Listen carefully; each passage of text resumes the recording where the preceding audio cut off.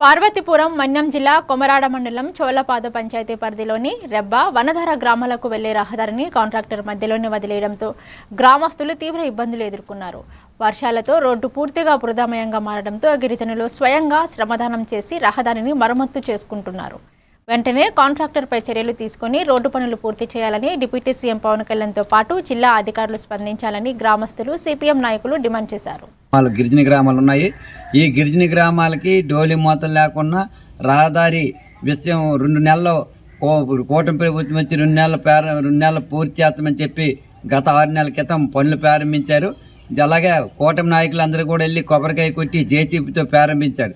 JCB contract ఒక 2 నెలలు పనిచేసి పూర్తిగా కలవట్లన్నీ తవ్వించి జేసీబీతో మొత్తం ఎక్కడ పడితే అక్కడ తవ్వించి వెళ్ళిపోయిన పరిస్థితి ఉంది. మేము ఇప్పుడు 2 నెలలు అవుతుంది, కాంట్రాక్ట్ లేడు. సిమెంట్ మూటలు పట్టుకెళ్ళిపోయాడు, మెటీరియల్ పట్టుకెళ్ళిపోయినారు, జేసీబీ పట్టుకెళ్ళిపోయాడు. ఈ సమస్య పైన మేము జిల్లా కలెక్టర్కి 3 సార్లు ఇచ్చాము. అలాగే కొమరాడ ఎంపీడీఓ కార్యాలయంకి స్థానిక ఎమ్మెల్యే గారు కలెక్టర్ గారు వచ్చినప్పుడు కూడా విషయం చెప్పాం. కలెక్టర్ గారు కూడా సీరియస్ చెప్పారు, మాకు తెలియకుండా ఏం జరిగిందని. ఆయన ఇంతవరకు కాంట్రాక్ట్ ఎక్కడుండో తెలియదు, ఆ రోడ్డు అలా వదిలించారు. ఈ సందర్భంలో గడిచిన 6 రోజుల గురించి వర్షంగాను మొత్తం రోడ్డల్లా కూడా బురద అయిపోయి నడడానికి కూడా వెళ్ళని పరిస్థితిలో ఉంది. కాబట్టి ఊరందరూ కూడా ఈరోజు ఆదివారం ఊరందరూ రాత్రి శనివారం మీటింగ్ పెట్టుకుని ఊరందరూ చిన్న పెద్ద అందరూ వచ్చి ఆ రహదారిని కూడా టాటలు ఒక 3 టాటలు పెట్టి మట్టి కంకర వేసుకునే పరిస్థితి ఉంది.